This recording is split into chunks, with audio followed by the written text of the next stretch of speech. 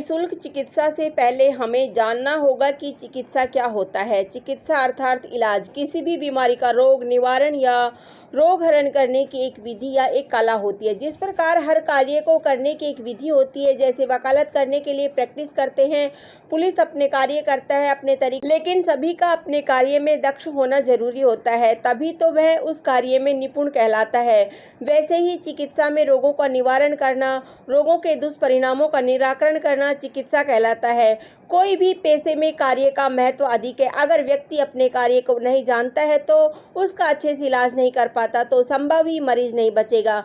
चिकित्सा ऐसी होनी चाहिए कि वह रोग को हरने की शक्ति रखता हो और कोई उसमें बाधा न डाले, वरना समाधान और सहयोग प्रदान करे। निःशुल्क चिकित्सा का अर्थ रोगों से ग्रस्त होने पर रोगों से मुक्त होने के लिए उपचार किया जाता है, वही चिकित्सा कहलाता है।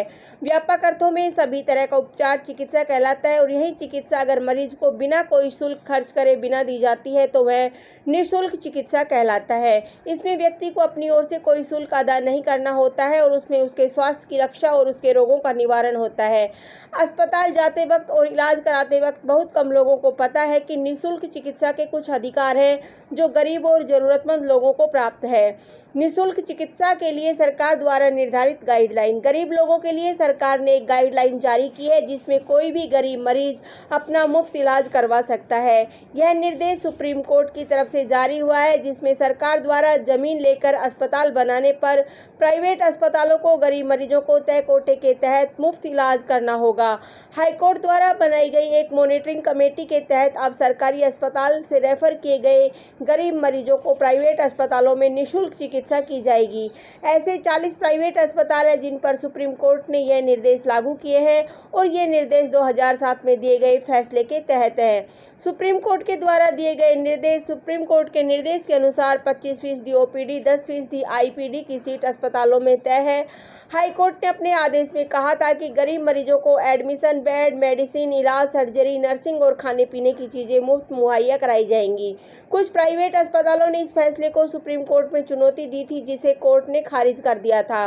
गाइडलाइन के मुताबिक अगर किसी ईडब्ल्यूएस को चार्ज किया जाता है तो वह सरकार की अवमानना होगी और सरकार ही उन्हें क्या सजा देनी है यह तय करेगी। सरकारी अस्पतालों के लिए निःशुल्क चिकित्सा की गाइडलाइन। सरकारी अस्पतालों में इलाज के दौरान अगर किसी मरीज को रेफर करने की जरूरत है तो उसे इंचार्ज के आदेश से रेफर किया जा सकता है। सरकार द्वारा नियुक्त उन प्राइवेट अस्पतालों में जहां उसका निःशुल्क चिकित्सा की जाएगी। सरकार द्वारा निर्धारित की गई निःशुल्क चिकित्सा के लिए बेड की जानकारी प्राइवेट अस्पतालों को रहेगी। अगर सरकारी अस्पताल में सुविधा अथवा बेड के अभाव में तुरंत मरीज को प्राइवेट अस्पताल में रेफर किया जाएगा। सरकारी अस्पताल में स्पेशल रेफर सेंटर होगा जहां एडिशनल मेडिकल सुपरिटेंडेंट अथवा डिप्टी मेडिकल सुपरिटेंडेंट रैंक के अधिकारी और नोडल ऑफिसर होंगे। सेंटर पूरा कंप्यूटराइज होगा और नेट से जुड़ा होगा। राष्ट्रीय बाल स्वास्थ्य कार्यक्रम। राष्ट्रीय बाल स्वास्थ्य कार्यक्रम के तहत अब सरकार 18 वर्ष तक की आयु वाले बच्चों का निःशुल्क हृदय का चिकित्सा करेगी। कोई भी हृदय रोग से ग्रसित व्यक्ति का सरकार की तरफ से निःशुल्क चिकित्सा की सुविधा प्राप्त कर सकता है।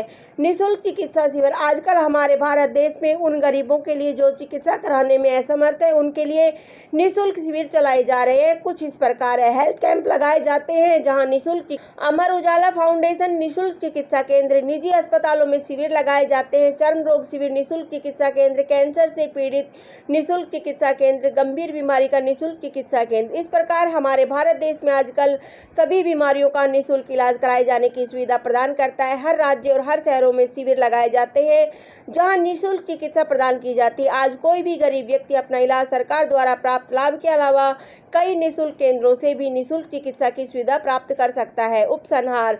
निःशुल्क चिकित्सा कहने को तो बहुत सारे शिविर और सरकार द्वारा लाभ प्रदान किया जाता है, लेकिन इसमें कितनी सच्चाई है यह शायद हमें भी नहीं पता। यह सुविधा उन गरीबों तक पहुंचती भी है या केवल यह सुविधा कहने मात्र की है। लेकिन जो भी हो, अगर निःशुल्क चिकित्सा में जरा भी सच्चाई है तो यह उन जरूरतमंद लोगों और उन गरीब व्यक्तियों के लिए तो जो मजबूर हैं अपनी बीमारी का इलाज कराने में और अस्पताल की बड़ी बड़ी फीस देने में असमर्थ हैं, उनके लिए यह किसी संजीवनी बूटी से कम नहीं है। धन्यवाद। जय हिंद, जय भारत।